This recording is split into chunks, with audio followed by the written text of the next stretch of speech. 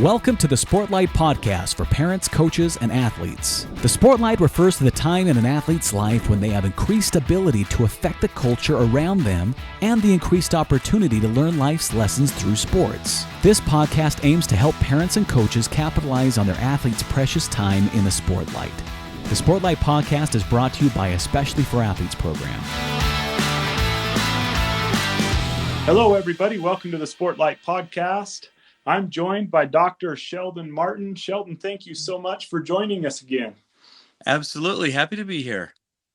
Every time I get a question that has to do with mental health or wellness, I just think I think it would be good to bring in Sheldon and ask you some questions. And I received a super interesting inquiry from a parent who had listened to some of our past podcasts, and particularly some of the ones that you had been on with us when we had talked about mental wellness. And if it's okay, I'll just start by reading a question that they sent me in an email. Is that okay? Yeah, that's great. Awesome. So here's the question. I have a child who is a perfectionist to the point that they experience anxiety. Recently, I have seen how sports seem to magnify that problem. I want so badly for them to play sports, but it seems like their perfectionism takes the joy out of it. What tips do you have for a parent of a perfectionist who plays sports? Oh, man, that is a great question. Let me start by saying it's good to break down some of the stereotypes when we say something like perfectionistic or they're a perfectionist. Sometimes, unfortunately, we even hear individuals that use this as a compliment, right? Oh, I'm such a perfectionist, or oh, I'm so OCD, to try to say that they are organized. But really, what a lot of people don't recognize is when we're feeling high levels of anxiety and feeling perfectionism in us, it actually leads to giving up easily or sooner, putting so much pressure on ourselves that we stop trying. Right. So there's so much pressure for tryouts that I just won't try because I can't, face this. So it's not a compliment. That's the first thing I'd say. And I think this parent gives a very, very good perspective on that. So what happens, the first thing I would say, help your child turn the perfectionistic thought into a process thought. Often a perfectionistic thought is all or nothing. Either I am going to do it all right and all the time in a completely competent way, or I'm a failure. Now, when we say that, we recognize that's not reality, that's not reality in anyone's life.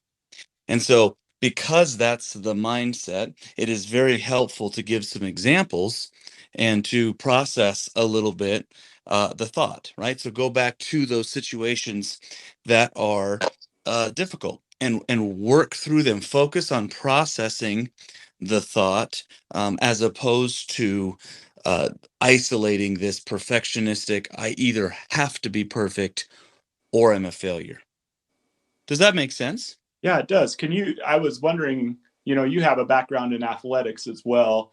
Mm-hmm. Can you take like a few kind of sports scenarios or something and explain what you see in regard to like what would be an unhealthy way for a kid to think about sports, like if a basketball player, a softball player, a volleyball player, whatever it might be, and how if they had this all or nothing thinking, if you might be able to give us an example of, okay, here's kind of an all or nothing thinking, and then here's how I would help them think process instead of perfection.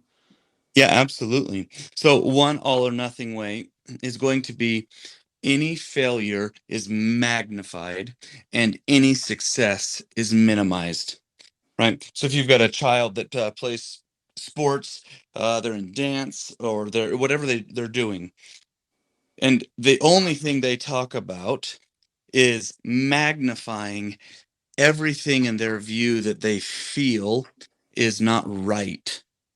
And that's their focus. That's their entire focus. And they minimize everything that is a contribution. And so if you've got a child that on the baseball field goes 4 for 5, but yeah, you know what, but I really should have not struck out on that last at bat. That's the only focus. Or, I'm going through a routine, but this one moment, I didn't do the move the way that I wanted to do it. If that becomes the only focus, then what starts to happen is we all start to find what we're looking for, right? If I went out onto a football field and I said, Shad, look, your next question would be, for what? Right? Mhm. And so if I said, look at the mountain, or I lost my wallet, can you help me find it? You would look differently. And so usually when a child is very much focused on everything that is wrong, they're going to start looking for it and gathering evidence that it's true. So we've seen lots of movies and done a lot of different setups where people that are paranoid, all of a sudden they think, oh, the FBI is following me because look at all of the black cars that are following behind me. Well, if you look for that, you start to see it. And so what I would do in the sports setting is help them see the other elements. So you can shape that not by doing a point counterpoint, but help them process a little bit. So if they say, "Oh, I shouldn't have dropped that pass." Yeah, that's true. How many other receivers do you think drop passes? Well, okay, probably all of them, but I just didn't want to drop that one. That's true. Do you think there's lots of receivers that want to drop a pass? Well, no, but that's not the point, right? I know, but what is the point? Did you not give an effort to try to catch that pass? No, of course. I gave my best. Okay, great. Do you think you'll drop another pass? Yeah, I will. Okay. Do you think professionals drop a pass? Yeah. Okay. Well, let's look at this differently. So if dropping a pass is going to happen and happen again, so what else can we focus on? Right? So now you're starting to shift and focusing and looking for the success and the things that are different. I hope I explained that okay. Does Yeah. that help, Shad? Yeah, absolutely. So let's take that scenario that you just said. Let's say that there's this parent's child and they didn't include kind of what sport they played.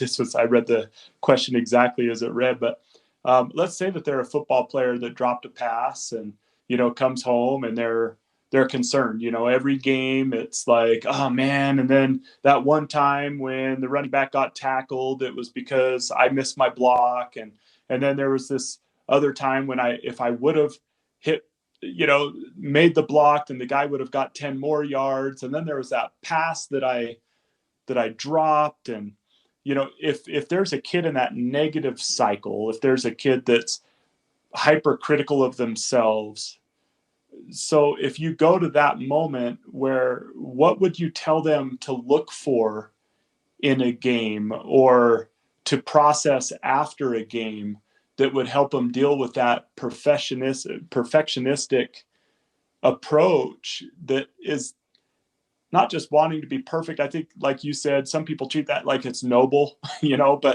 but where it becomes almost debilitating and anxiety producing, if you were in that moment where you just were in that discussion, how would you help a kid to see positive and not just negative? How would you train them on that?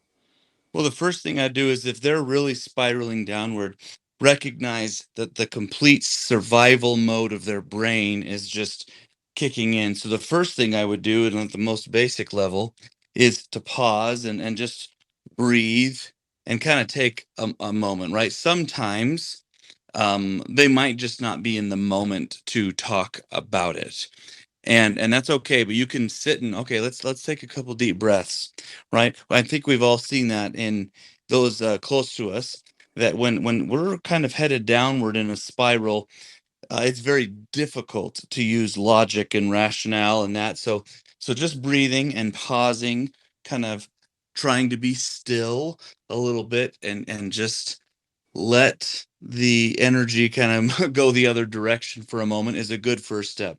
The second one that I would do is we start to worry and become so frustrated. And most of the time, there is not something that, or the things that we're worried about are outside of our control. Now, let me give an example of what I mean by that, because many times people will push back when I say that and say, well, that was within his control because that's a pass that he could have caught. Well, that's true for the one isolated moment. But what's not true is that every single time you're going to catch the pass. So go back and kind of reflect and say, so what was within your control? And I'm not talking about squeezing the ball, harder to catch it. Did you give your best effort on that play? So if they say, no, I was kind of, I was kind of dogging it a little bit actually, and I think the pass kind of surprised me and I wasn't ready for it. Great. Okay. What can we do moving forward? Right. Or maybe it's, well, yeah, I really was focused. Okay. What else was going on? Well, the defender had been on me all night and it was hard. He was getting to me. And I think that it kind of threw me off. Okay. So what could you have controlled? Well, I probably could have done a better job when I was off the field to try to kind of reset and get my mind right before I was going out there because the defender was really good. Great. That's what you could have done. Wonderful. So you're focusing on the things around the situation that are not the exact situation because the element of thinking, I will never drop a pass is irrational. Jerry Rice dropped passes, right? Michael Jordan missed shots. It's literally just a reality of sports and of life. And so we have to try to look at the environment and the situation and not highlight the moment that they feel that there is failure, but kind of do the ripple effect outside of it and to say, well, what else was going on? Are there other things that you could have controlled if you weren't giving effort? Great. We need that could be a focus. But then if you get to a spot where this just was something that happened, then it's better to kind of look and to validate the process. Man, you gave your best effort. That's fabulous. Okay. Yeah, you know what? You had a tough defender on you. You kept pushing through it. There were 3 other times you did catch a pass. And to try to like validate the ripples outside of the moment. Is that helpful? Yeah, absolutely. Absolutely. In fact, we've done past podcasts on kind of on the opposite end of that, that we want to praise the process, not the podium, that not the outcome when it's positive.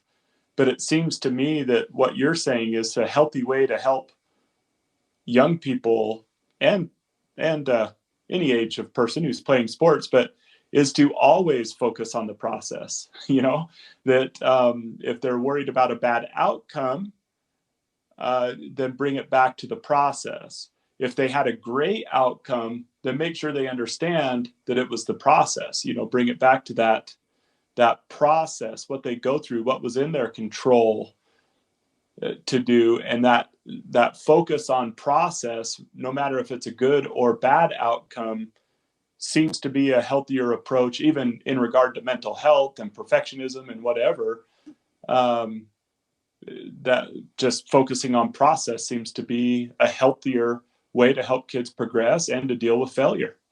That's right. Process and growth.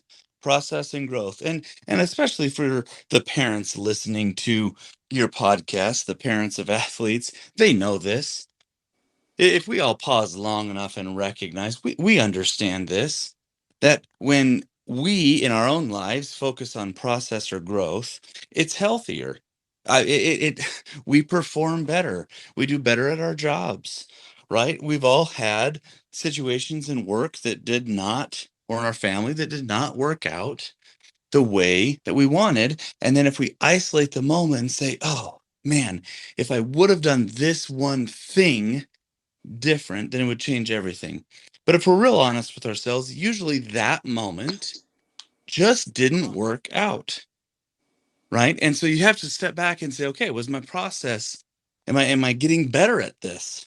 Right? Am I growing? The more we do that, the healthier we feel about the situation. Awesome. Awesome. I've also seen how those who deal with perfectionism, is that the right term? Like, is that the term you would use? Yeah, it's a good one. It's not an official diagnosis, but it doesn't need to be. But yeah, I think that it's perfectionistic. Perfectionism is a good term when someone highlights that everything has to be just so. I think it's a good one. So one of the other things, so there's this element of I don't want to do anything wrong, I don't want to fail, but it also seems to be in many cases coupled with I don't want to let anyone down. Yeah. That it's not so much that I don't want to look bad, I want to look perfect, because a lot of people who deal with this, they have a meekness about them, uh, they they don't want to make mistakes, but a lot of times the reason why they don't want to make mistakes is they're so afraid of letting down their teammates, so afraid of letting down a coach or something like that. Can you speak to the relationship element of this situation? Absolutely. Sometimes in kind of pop psychology, now we'll kind of allude to this as people pleasers. And it's I'm well acquainted with it, right? Now everyone wants uh validation. What becomes a challenge is when we need it to feel goodness about ourselves. And there is a lot of pressure that we layer upon ourselves to say, I don't want to be the one that lets everyone down. I don't want to be the one that the coach is yelling at and everyone is getting upset at me. I don't want to be in that situation. It feels embarrassing. And if I were better, then these things wouldn't happen.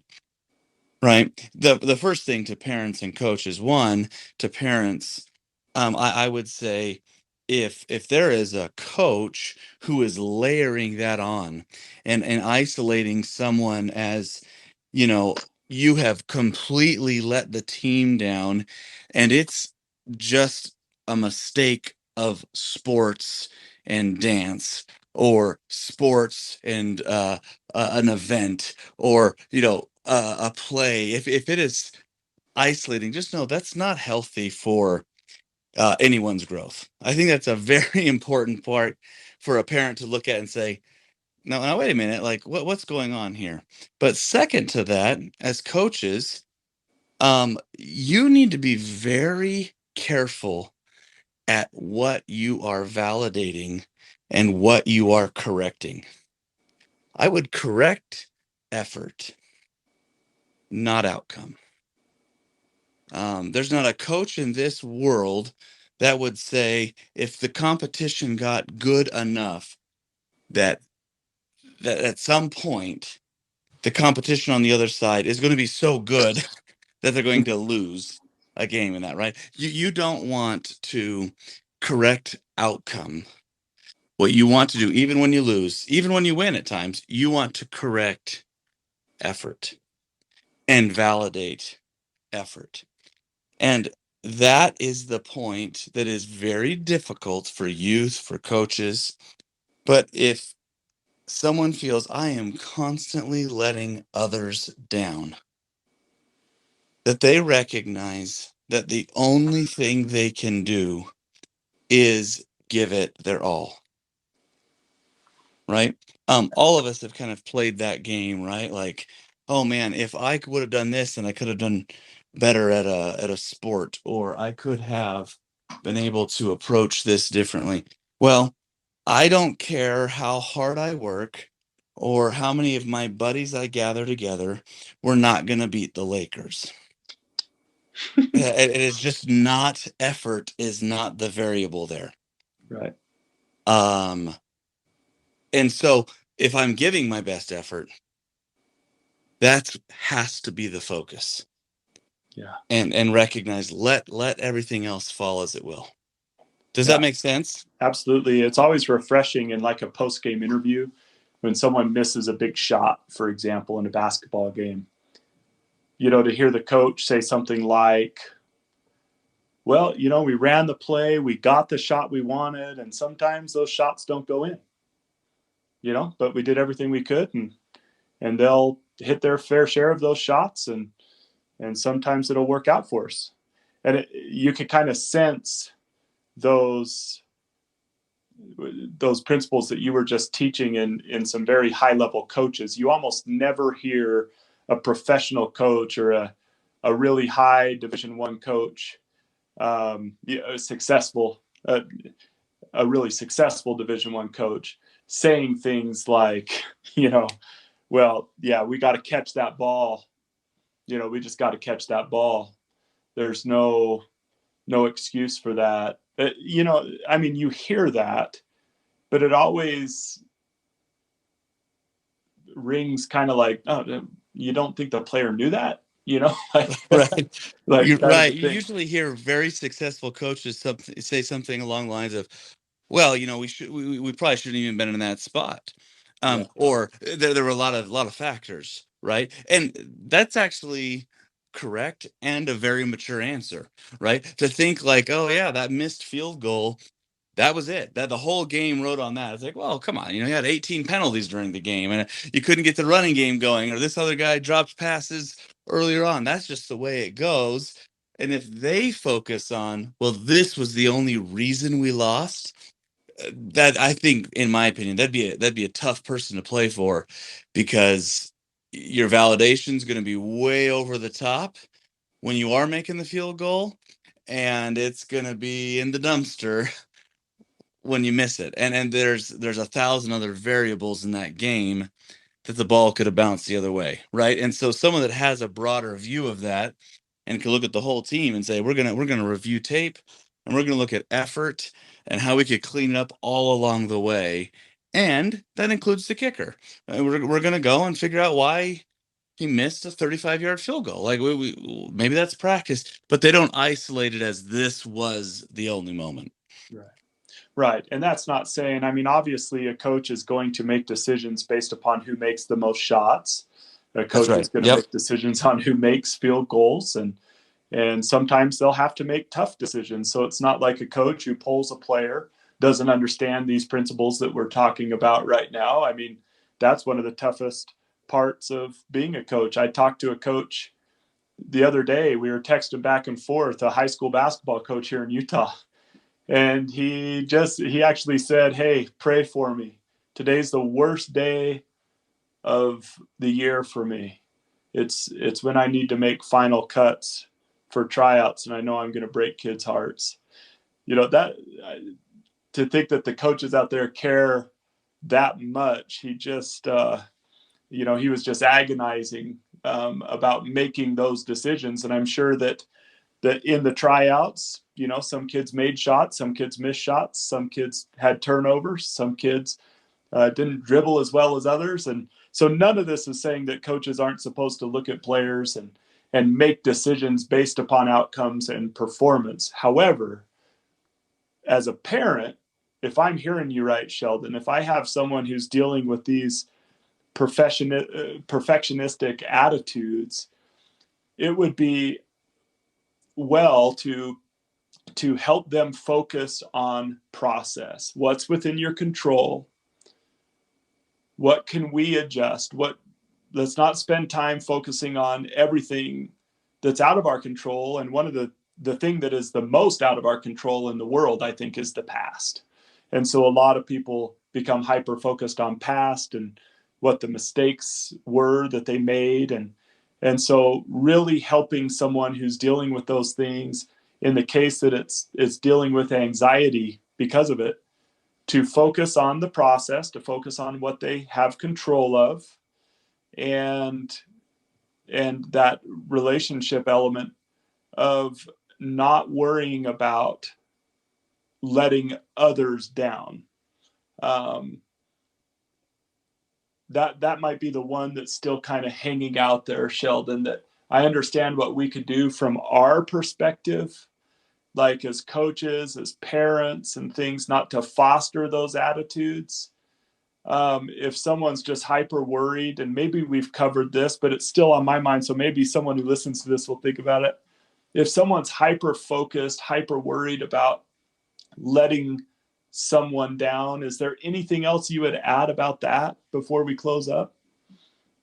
Well, I would just encourage that person to pause and to always make sure that they are being more accurate with the story that they're telling themselves. Albert Ellis is one of the better psychologists of the last 100 years, and he said we human beings are the only creatures that talk to themselves. Right? We give the storyline for the data that we think we're receiving. And to that young athlete, I would say pause. Let's look at this story that you're telling yourself, right? It's called it's kind of called the ABCD model, right? And so when you look at that model, ABC, right? A is kind of this activity, something happens. And then B is this belief. You interpret the event that just happened. You give it meaning, which leads to kind of consequence or a feeling. So the D is this discussion to look back and to say, how accurate is my story? If I were to say, if you got a C plus, how would you feel? The stories of what people tell themselves about that C plus are going to vary from person to person. Someone might just be needing a C plus to graduate, and high school's been rough, and they might be totally elated. Someone I've worked with individuals who become deeply depressed by that. Now, here's what's fascinating, Shad. The C plus didn't generate an emotion, but what we believe, what it means about us, or what it means for our life, is much more connected. Now, again, that's not to say, hey, strive for mediocrity. But what it means is that story we tell ourselves will be more connected to the emotion than what's actually happening. So if that athlete is having a difficult time, I would have them pause and say, okay, here are the things that you keep saying are causing this stress. But that's the A. We're just going to set that aside a little bit, because not everyone who makes those mistakes is feeling like you're feeling right now. So let's look back at the story. When you mess up, if I put a microphone up to your head and it could verbalize what you were saying about yourself, what would I hear? Usually someone who's very perfectionistic is going to say, oh man, I'm a loser. I'm going to let everyone down. I'm not good at this. It's going to be my fault. People hate me. People hate me. They're all frustrated at me. All That's that right. stuff. So the D is the discussion. Is there another story? I almost try to have people imagine like a courtroom. Okay, one attorney just presented a side of the story. You've given them lots of time. Is there another case to be made here? Is there other evidence that that's maybe not the whole story? And I think that comes back to that process part. Is often we're looking at it and we're telling a story that is making this a mountain in our life, when it probably is much more closer to a molehill. Can still be a challenge, but it's not the size that we think that it is. Yeah. I love Right? that, Sheldon. I love that, because it's, for me at least, as a parent, if I were going through this, I would question the B in that equation, the ABCD, and facilitate the D, the discussion. I That's love right. that courtroom. I imagine as a therapist, you probably, it sounds like you've done this on many occasions, where you challenge what someone believes is true, that maybe is not even a rational belief, but it's causing a lot of that anxiety that they're feeling. That's right. It absolutely is. And I love the D for discussion, because the secret sauce here is that it's a discussion, that it's a conversation, that it's ongoing. Hmm. And that maybe, parents, it's not a lecture. It's an open-ended question. Oh, that's interesting. Tell me, how'd you come to that conclusion? Do you think that's the whole story? Tell me more. Hmm. Right? Let them work through and process, because often when we give them enough space and enough time, they start to challenge their own thoughts when they say them out loud. Hmm. Well, I'm just no good at it. Well, I guess it's not probably that bad, or right. But we very few times give ourselves enough time, enough space to kind of work through what's happening in our own life. Hmm. Yeah, that's great. That's great. We can even facilitate, if anyone listening to this is is experiencing some of these feelings, they can facilitate the own discussion within themselves. They could even challenge their own beliefs and take a step back, take the other side of that courtroom battle. I love that, Sheldon. Thank you. And I can see one other application. Maybe I'll say it, and then I would love to have any thoughts, get any thoughts that you have on it. But sometimes these team captains and team leaders, it would be good for them too to concentrate on this attitude and effort, the things within their fellow teammates' control. So, a kid drops a pass, comes back to the huddle, to stick with that same analogy we've been using. It's one thing to just chastise the outcome, like, come on, man, you got to catch that. You got, kind of a thing. Probably if a quarterback really wants them to be successful, rarely do you scare someone into performing better, you know? Yep. So it might be better to be like, it's all right, man. You'll get the next one, kind of a approach as a team leader. If the attitude is good and if the effort is there, then those should be the things that are also focused on by team leaders, because sometimes, especially when it's a young player or someone who's going through what the child of this parent is going through, boy, talk about shutting down a teammate. You might get out your frustration, but you didn't help your team at all by focusing on that outcome that resulted from someone dropping a pass or missing a shot or taking a strike or whatever. And so I see some application too, if a team leader was listening to this, about how to interact with their teammates if they really want to help increase performance and the likelihood of mistakes not multiplying on themselves. And that would be to focus on attitude and effort, just like you've said. That's right. I think the greatest leaders I've ever interacted with and I've ever read about and studied, a great leader is also a great teacher. I'll tell you, if you've got some really dynamic athletes that listen to your podcast. So let me use an example of maybe one of the most highlighted position in all of sports as an analogy, a quarterback, right? The focus is on the quarterback. I'll tell you what, one of the greatest leaders I would ever see would be something like this. Let's say that the receiver ran the wrong route, and that led to an incomplete pass, right? He just cut the wrong way. The ball was thrown, cutting as if he was going to cut the other way. The quarterback that tries to let the crowd know by reaction and by body posture that the receiver went the wrong way is probably putting their focus in the wrong place. A leader is going to run over to the side, and it might be a stern conversation, but there's going to be a moment, right? A teaching moment. And let's verify. What play do you think we called? Right? Okay, okay, on that play, you don't cut that way, you cut the other way, right? And then encouragement. I mean, that to me, that leader, boy, I would give anything to have a leader like that on a team. And so you It's think about it. That is the kind of another secret sauce of leadership, right? Is like they become instant teachers when things are not going well, not accusers. Accusers, exploders, and all those things. But Yep.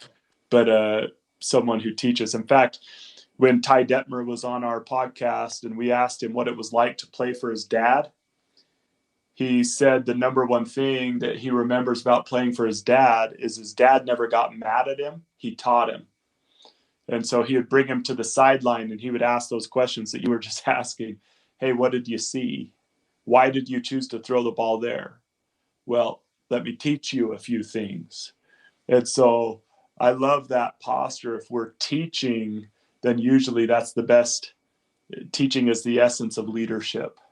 And so if a leader listening to this, or even a coach or a parent or whatever, if your first reaction when something goes wrong is to teach, then you're probably doing it the right way. If your first reaction is to explode, then you're focused a little bit too much on outcome and people knowing it's not your fault than you are on the things that really matter and would bring success. So awesome. Well, Sheldon, hey, thank you. This is, I hope that helped this parent. If not, maybe they'll follow up with another question. But if you were to say in 2 sentences, then here's the question again. This is a challenge. It's a long question, so I'll let you think about it. But if you were to sum up our conversation, I have a child who is perfectionistic to the point that they experience anxiety. Recently, I have seen how sports seem to magnify that problem. I want them to enjoy playing sports, but it just seems to stress them out. What tips do you have for a perfectionist who plays sports? Your tips would be? Stick with it, focus on process, make sure that we're telling the correct story. And the best leaders are teachers, and focus more on the discussion than a lecture to get them through it. Awesome. Well, Sheldon, it's always a joy to have you on our podcast. Thank you so much for the expertise that you bring, and you help so many people, and we appreciate all you do especially for athletes and all you do for so many around our community. We appreciate you so much. Hey, not a problem. Happy to come back. Thank you. And thank you everyone for joining the Sportlight podcast. Please subscribe and rate our podcast. That helps us get the word out and helps people find the podcast that might be interested, and leave a review. And if you have anything you would like us to address in future podcasts, click on our link, find our email, and send us an email. We'd love to address the things that would be most relevant to you. Pick up the Sportlight, the book, at our website, especiallyforathletes.org. And thank you so much for joining the Sportlight podcast. Eyes up, do the work. This has been the Sportlight podcast from Especially for Athletes, sponsored by Coca-Cola. You can learn more about Especially for Athletes by visiting the website at especiallyforathletes.org. You can also learn more about the book, The Sportlight, by Shad Martin and Dustin Smith at especiallyforathletes.org/book.